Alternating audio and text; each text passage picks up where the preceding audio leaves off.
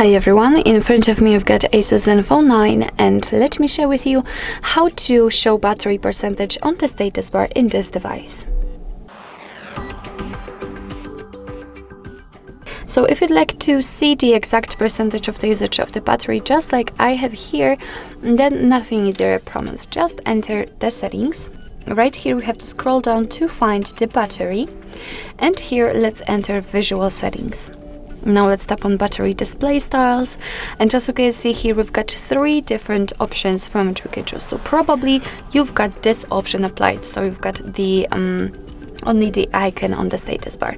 Here we can pick the percentage only, so the icon will simply disappear and you will see exact percentage, or you can have both, so the icon and the percentage. It's of course up to you which option you'd like to use. So basically that's all. This is how to show battery percentage on the status bar in your Asus Zenfone 9. Thank you so much for watching. I hope that this video was helpful, and if it was, please hit the subscribe button and leave the thumbs up.